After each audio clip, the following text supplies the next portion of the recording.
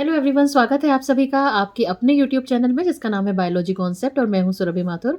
और बच्चों, आज लेकर आई हूं एक बिल्कुल नया कोर्स। ये कोर्स है बीएससी फर्स्ट ईयर के स्टूडेंट्स के लिए, या वो स्टूडेंट्स जो फर्स्ट सेमेस्टर में हैं और जो बीएससी कर रहे हैं बायो से।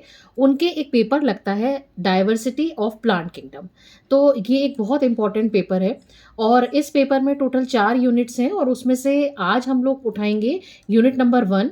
और इस यूनिट नंबर 1 में कई सारी चीज़ें हैं, जैसे कि एल्गी है, लाइकेन्स है और फंजाई है साथ में। तो इस यूनिट को आज हम शुरू करेंगे। इस सिलसिले में मैं सबसे पहले जो टॉपिक ले रही हूँ वो ले रही हूँ नॉस्टॉक का।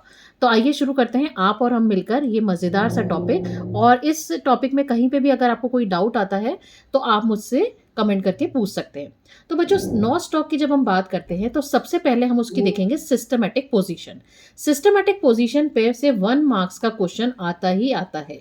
तो इसके सिस्टमैटिक पोजीशन का मतलब होता है कि आपको इसका पूरा क्लासिफिकेशन देना है। जैसे कि डिवीजन इसका है साइनोफाइटा, क्लास है साइनोफाइसी, ऑर्डर है नॉस्टोकेल्स। जब भी ALES किसी वर्ड के पीछे लगेगा एज अ सफिक्स तो उसको हम क्या कंसीडर करेंगे, उसको हम करेंगे ऑर्डर कंसीडर। फिर फैमिली इसकी आती है नॉस्टोकेसी। फैमिली की पहचान कैसे करेंगे, CEAE। अगर ये सफिक्स लग रहा है तो इसका मतलब फैमिली है और जीनस हो गया नॉस्टॉक। तो जब आपसे क्लासिफिकेशन पूछा जाएगा तो आपको पूरा डिवीजन से लेके आपको जीनस तक आपको इसमें लिखना होगा। पहला क्वेश्चन 1 मार्क्स का आपको यहां से प्रिपेयर होता है। उसके बाद हम चलते हैं नेक्स्ट स्लाइड पर।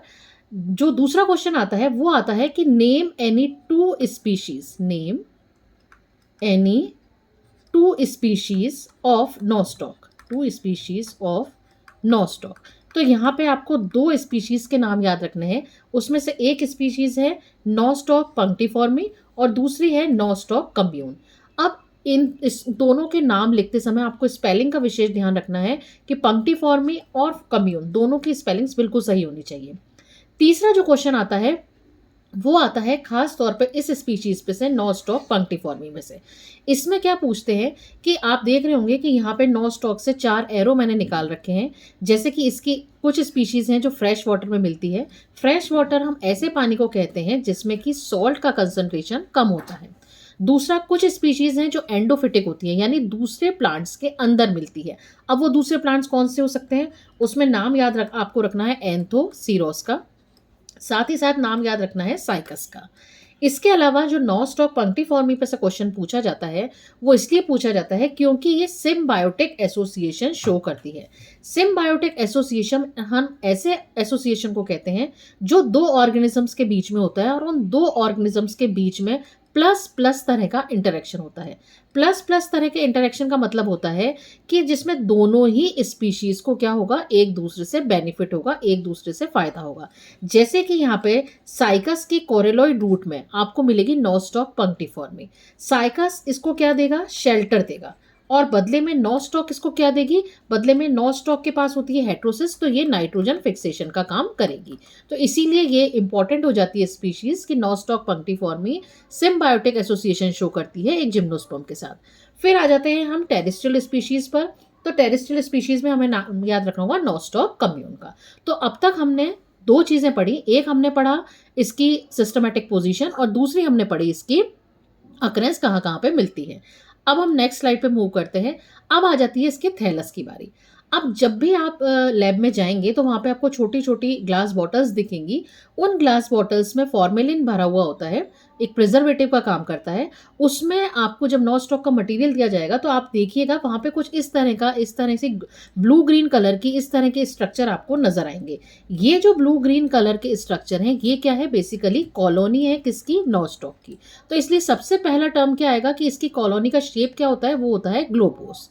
दूसरी बात, ये कॉलोनी मिलके बनती है किससे, कई यूनिसीरिएट फिलामेंट से मिलकर बनती है। जैसा कि यहाँ पर आप डायग्राम में देख सकते हैं, ये क्या है, ये एक फिलामेंट है और इसके फिलामेंट को हम एक नाम देते हैं, वो नाम है ट्राइकोम।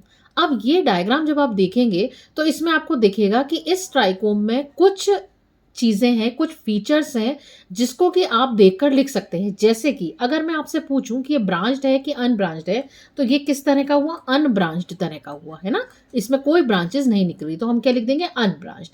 फिर अगर ये सीधा है यानी कि इरेक्ट है या ट्विस्टेड है, तो चूँकि ये थोड़ा-सा घूमा हुआ है, आप देखिए ये थोड़ा-सा घूमा हुआ है, तो इसीलिए हम इसको क्या टेक्निकल टर्म नाम देंगे? ट्विस्टेड। फिर इसके चारों तरफ यानी अगर मैं यहाँ पे ड्रॉ करके दिखाऊँ आपको, तो इस तरह का जो फिलामेंट है, उस फिलामेंट के चारों तरफ क्या होगी? एक आपको पतली सी शीट दिखेगी। ये शीट क्या कहलाती है? ये शीट कहलाती है म्यूसिलेजिनस शीट। अब ये हाईलाइन भी हो सकती है यानी कि ट्रांसपेरेंट भी हो सकती है और ये कलर्ड भी हो सकती है। अब सेल्स का शेप कैसा होगा? तो सेल्स कुछ इस तरह के शेप की हैं, कुछ इस तरह के शेप की हैं, तो इसको हम क्या कहते हैं? ग्लोब्यूलर या स्लाइटली सिलिंड्रिकल।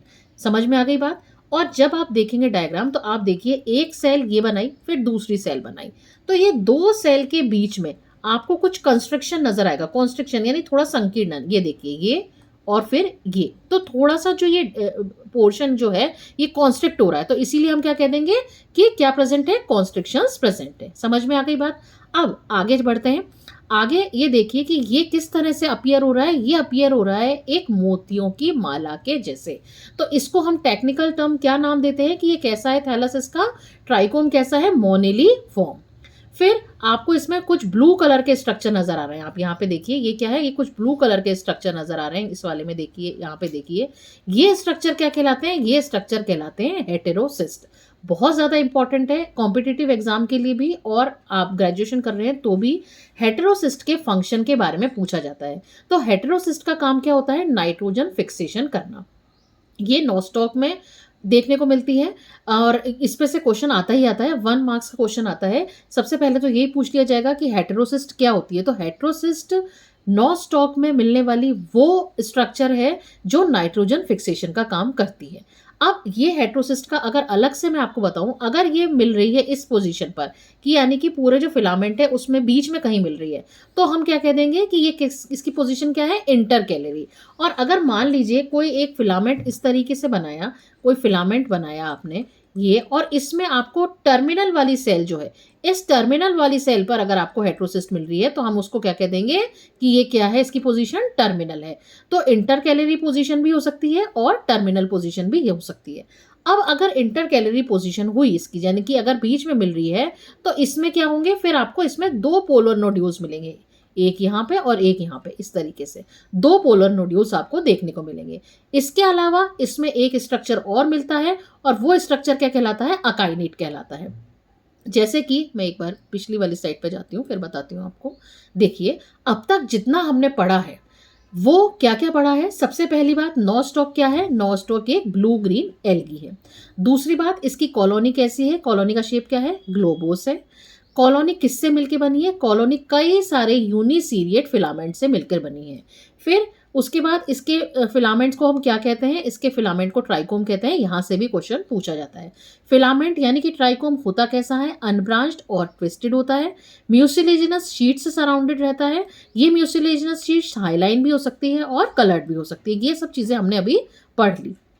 उसके बाद ये ट्राइकोम कई सारी सेल से मिलकर बना हुआ है और सेल का शेप कैसा है? Globular to cylindrical. The cells of the trichome are constricted at the septa so that it appears beaded और मोनेलिफॉर्म। यानी ये कैसा अपीयर होता है? मोतियों के माला के जैसे, यानी माला में जिस तरह से मोती होते हैं ठीक उसी तरह से ये अपीयर होता है। उसके बाद नेक्स्ट स्लाइड पे मूव करते हैं। In the trichome few large cells are present which are terminal और intercalary in position। इन सेल्स को हम क्या नाम दे रहे हैं? इन सेल्स को हम नाम दे रहे हैं हेटेरोसिस्ट। जब हेटेरोसिस्ट पे आपको लिखने को होगा तो आप एक छोटा सा डायग्राम भी अगर बना दे, सपोज आपने इतना ही पोर्शन अगर आपने बना दिया तो भी आपको बेनिफिट होगा, आपको मार्क्स अच्छे मिल जाएंगे। अब आगे चलते हैं। आगे बात करते हैं कि इसके जो इंटरकैलरी हेटेरोसिस्ट है, उस इंटरकैलरी हेटेरोसिस्ट में आपको क्या मिलेंगी? 2 पोलर नोड्यूल्स मिलेंगी। अगर टर्मिनल पोजीशन पर हुई तो उसमें एक ही पोलर नोड्यूल आपको मिलेगी। ये ध्यान रखना है आपको जब आप डायग्राम ड्रॉ करें, तो यहाँ तब भी ध्यान रखें, जैसे कि ये इंटरकैलरी पोजीशन पर है तो आपको इसमें यहाँ पे और यहाँ पे 2 जगह पे आपको मिलेगी क्या चीज़? Polar nodule. और अगर टर्मिनल पोजीशन पे आप ड्रॉ करते हैं, टर्मिनल सेल में आप ड्रॉ करते हैं हेटेरोसिस्ट, तो वहाँ पे उसमें केवल एक ही पोलर नोड्यूल आपको ड्रॉ करनी होगी। क्लियर? अब आगे बढ़ते हैं। यहाँ पे से आप नोट्स भी आप लिख सकते हैं, ये सारे के सारे पॉइंट्स हैं, तो आप इस तरीके से अगर एग्जाम में लिखकर आएंगे तो आपको काफ़ी अच्छे मार्क्स मिलेंगे। अब हम मूव करते हैं नेक्स्ट स्लाइड पर। A small pour is present in each polar nodule. यहाँ पर आप देख सकते हैं हेट्रोसिस्ट का डायग्राम है। इस हेट्रोसिस्ट के डायग्राम में ये देखो, यहाँ पर ये क्या है, यहाँ पर पोर है और एक यहाँ पर पोर है ना, दो पोर है। तो दो पोलर नोड्यूल है और इन दोनों पोलर नोड्यूल में एक एक पोर प्रेजेंट होता है। पोर के थ्रू क्या होती है कि ये हेट्रोसिस्ट पास वाली सेल्स से कनेक्टेड रहती है। अब अगर टर्मिनल पोजीशन पर होगी तो उसके पास तो केवल एक ही सेल हुई, तो इसीलिए उसमें क्या होगा, केवल एक ही पोलर नोड्यूल और एक ही पोर मिलेगा। लेकिन अगर इंटर कैलरी पोजीशन पर हुई तो वहां पे ये चूंकि इससे आगे वाली सेल और इससे पीछे वाली सेल दोनों से कनेक्टेड है, तो इसीलिए यहां पर क्या होगा, दो पोलर नोड्यूल आपको देखने को मिलेंगे। The heterocyst may be solitary और प्रेजेंट इन चेन, यानी कि एक चेन में भी आपको हेट्रोसिस्ट मिल सकती है या केवल आपको सिंगल हेट्रोसिस्ट भी देखने को मिल सकती है। इसके अलावा जो ट्राइकोम है उसमें आपको एक स्ट्रक्चर और देखने को मिलेगा और वो स्ट्रक्चर, खास स्ट्रक्चर, उसका नाम है एकाइनेट, जिसको हम एक नाम और देते हैं और वो नाम होता है रेस्टिंग स्पोर।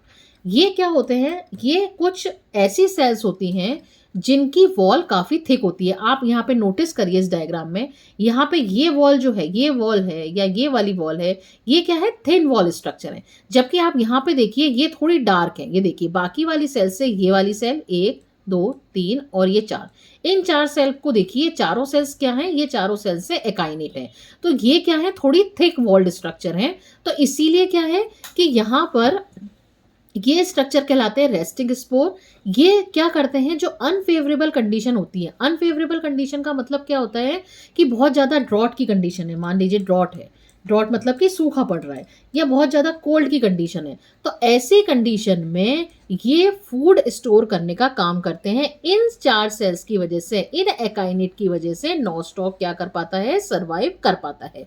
ये थिक वॉल स्ट्रक्चर होते हैं। तो अकाइनेट, जिनको कि हम रेस्टिंग, कई बार इस पे शॉर्ट नोट आ जाता है, तो अकाइनेट्स क्या होते हैं, तो आपको इसमें सबसे पहली चीज़ लिखना पड़ेगा कि ये क्या हुए, रेस्टिंग स्पोर हुए। दूसरी बात क्या हुए, थिक वॉल हुए, थिक वॉल। तीसरी चीज क्या हुए, कब बनते हैं, अनफेवरेबल कंडीशन में, तो आप लिखेंगे अनफेवरेबल कंडीशन में। और चौथी बात क्या हुई कि ये काम क्या करते हैं, फूड स्टोर करने का काम करते हैं, फूड स्टोरेज का काम करते हैं। क्लियर हो गई बात। इस तरीके से आज हम लोगों ने थैलस स्ट्रक्चर कंप्लीट किया। अगले वीडियो लेक्चर में मैं आपके लिए लेकर आऊंगी सेल स्ट्रक्चर और रिप्रोडक्शन। अगर आज का आपको वीडियो पसंद आया हो तो प्लीज़ इसको लाइक करिएगा, शेयर करिएगा और चैनल को सब्सक्राइब करिएगा। Thank you very much.